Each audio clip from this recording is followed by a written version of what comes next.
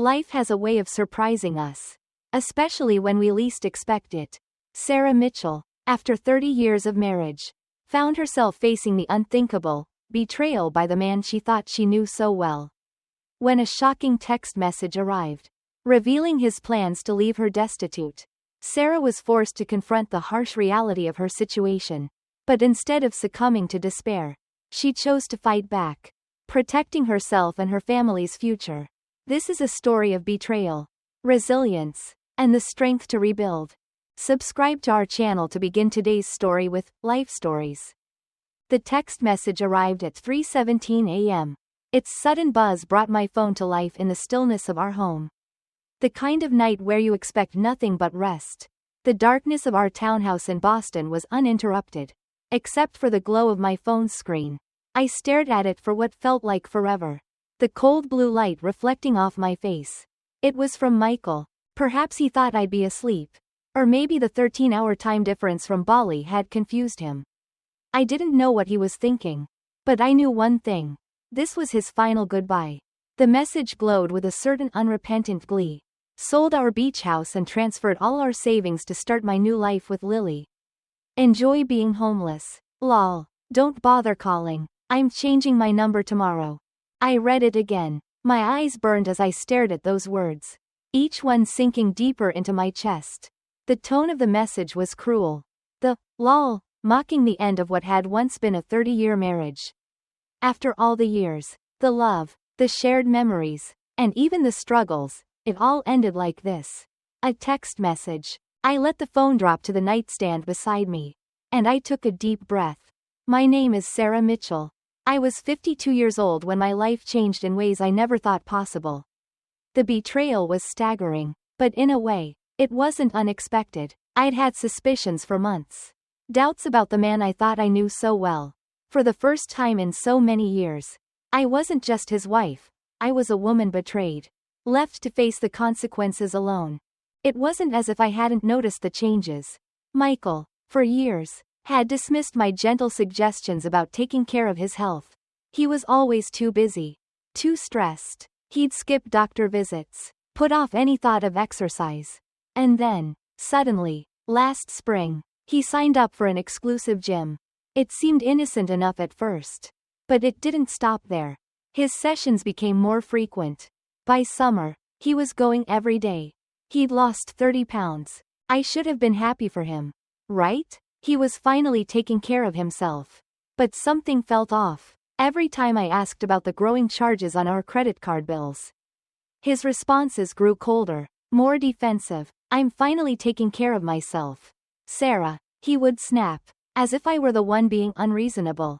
Then came the password changes on our financial accounts.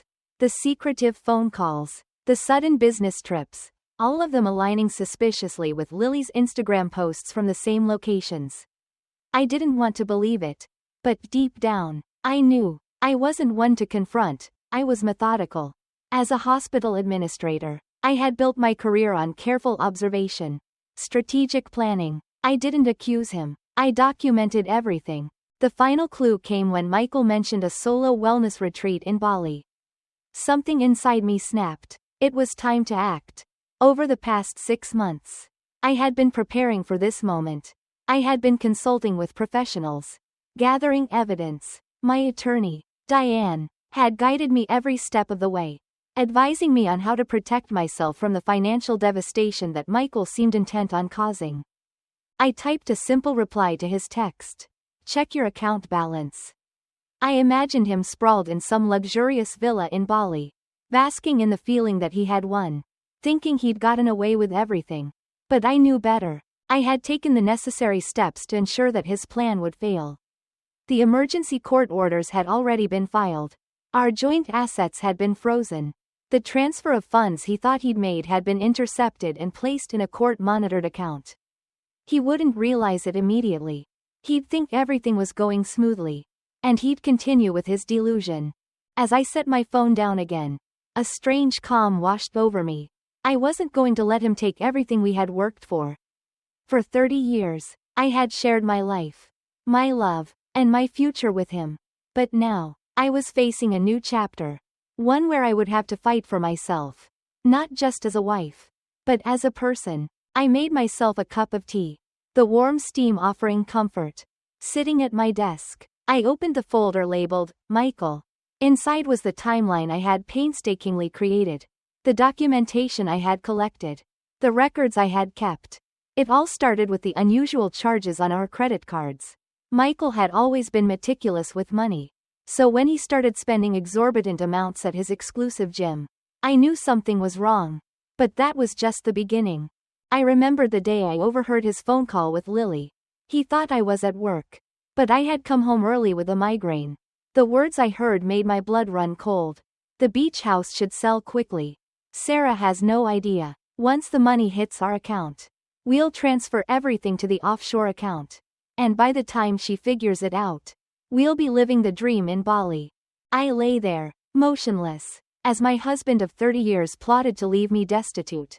But I wasn't going to let him. Not now. Not ever. The next day, I took everything to Judge Martinez, who immediately granted the emergency asset protection order. Our joint assets were now under temporary court supervision, and any large sums transferred would be flagged. The storm had begun, and I was ready to face it head on. The next few days were a whirlwind. As much as I wanted to crawl into a hole and disappear, I had no time for that. My life was unraveling at a pace I couldn't control, and the best I could do was keep up. Michael's betrayal had shattered me, but I wasn't going to let him destroy me completely. I had already made my first move, and now, I needed to prepare for what was to come. I couldn't afford to sit idly by, waiting for Michael to come to his senses. He had made it clear he wouldn't. Not when he was so sure of his plan.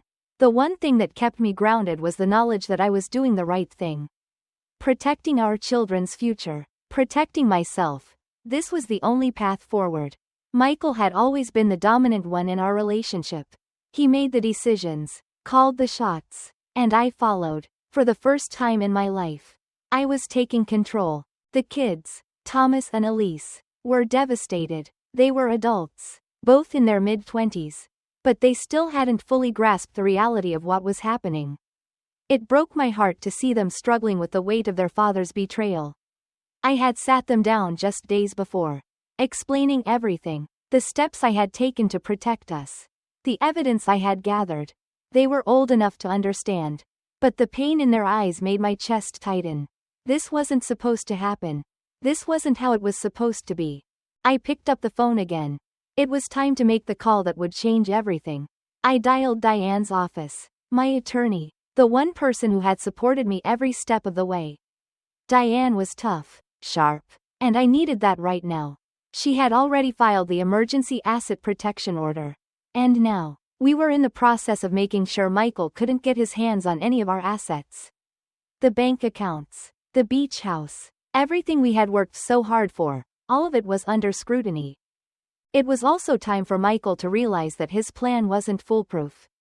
When I sent the text telling him to check his account balance, I knew it was just a matter of time before he realized what I had done. I didn't expect an immediate response, but I knew he would try to access the accounts sooner or later. And when he did, I would be ready. The next day, I received an alert from my banking app. Someone was attempting to access our account from an international IP address. It was Michael. His arrogance had finally caught up with him. I didn't rush to respond. I knew he would panic. And that was exactly what happened when his call came through. I let the phone ring 4 times before I picked it up. I could hear the fury in his voice. "What the hell did you do, Sarah?" His words were laced with rage and disbelief. I remained calm, focused. "Good morning, Michael. I see you checked the accounts," I said quietly, as if nothing had happened. He was livid. "This is my money. You had no right." His voice rose in anger. But I stood my ground. "This is our money, Michael. We saved it together for our retirement, for the kids' futures. And now, it's being protected." There was a long silence on the other end of the line. I could hear him trying to regain his composure. "You won't get away with this," he threatened, his voice a low whisper. I could feel his panic. "I already have," I said, my words deliberate. "Judge Martinez was particularly interested in the recorded conversation you had. where you discussed leaving me with nothing while you and Lily lived it up in Bali. The silence on the other end was deafening. I could almost picture him, scrambling to make sense of it all. I wasn't done yet. Oh, and by the way, I added, the beach house transaction? It's been voided. The buyers were very understanding when their attorney received the court order. There was more silence, followed by the sound of his ragged breathing.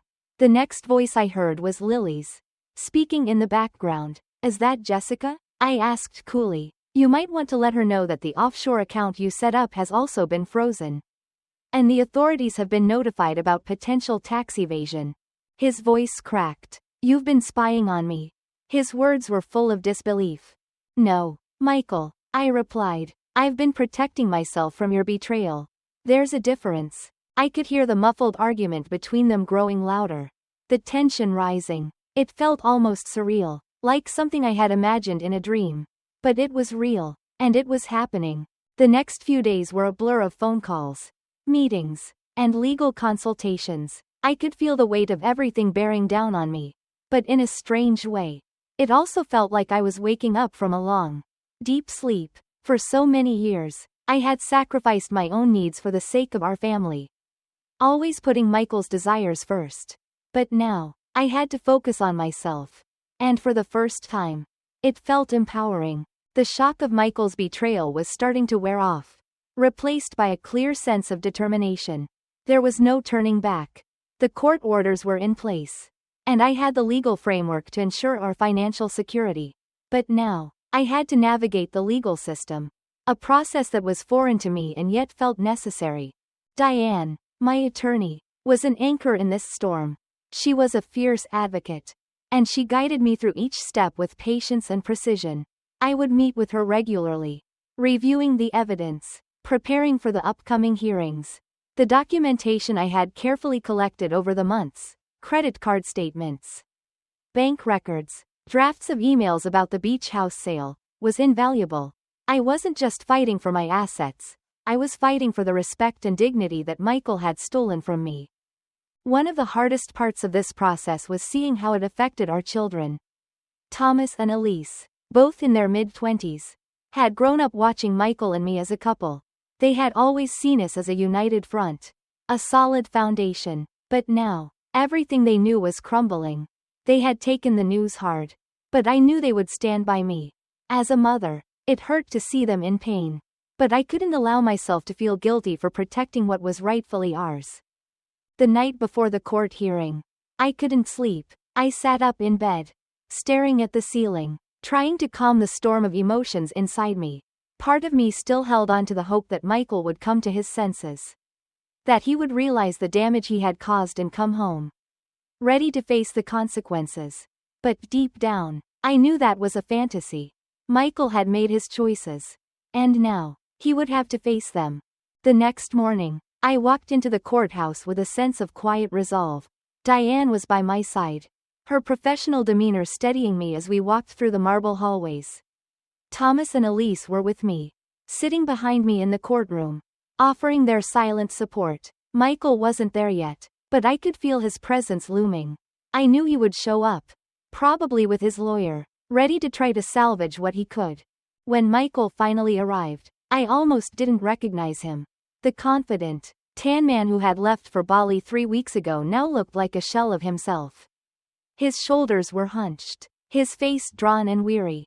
He had expected to come back and somehow fix everything. But the reality was much harsher than he had anticipated. As he entered the courtroom, he glanced at me briefly. But I kept my gaze forward. I wasn't going to let him see me falter. I had spent too many years accommodating his needs, putting him first, allowing myself to be invisible. But not anymore. This was my moment, my time to stand up for myself and for the life I had worked so hard to build. The hearing began, and the evidence was presented. The forensic accountant testified about the nearly $887 Michael had withdrawn from our accounts in small, untraceable amounts. The real estate agent testified about Michael's instructions to sell the beach house without my knowledge. The most damning evidence came from Michael's own devices, the emails, the offshore account setup, the conversations with Lily about their future together. Michael took the stand last. His lawyer, a sharp man named Gregory Powell, tried to spin the narrative, but it was clear to everyone in the room that the truth was undeniable. Michael's attempt at a defense was weak. "I made a terrible mistake," he said, his voice barely audible, a midlife crisis that got out of hand. Judge Martinez wasn't having it. She shot him down immediately. Her voice firm. "Mr. Mitchell, I've reviewed the evidence, including recorded conversations and multiple attempts to access frozen accounts. Let's not waste this court's time with implausible explanations." I sat there, my heart pounding in my chest. But my face remained composed. Michael's defense crumbled. I could see the panic in his eyes. The realization that he had no way out. This wasn't just about money. It was about betrayal, trust, and the damage he had caused to our family. The hearing dragged on, each piece of evidence reinforcing the truth. By the time it was over, I was exhausted, both mentally and emotionally, but I knew it had been worth it. The truth had been laid bare. And now, the court would decide. 6 months after the court hearing, I sat on the deck of the Cape Cod beach house, watching the golden hues of the October sunset reflecting off the water. The divorce had been finalized 3 weeks ago. It had been a painful process. But the settlement was fair.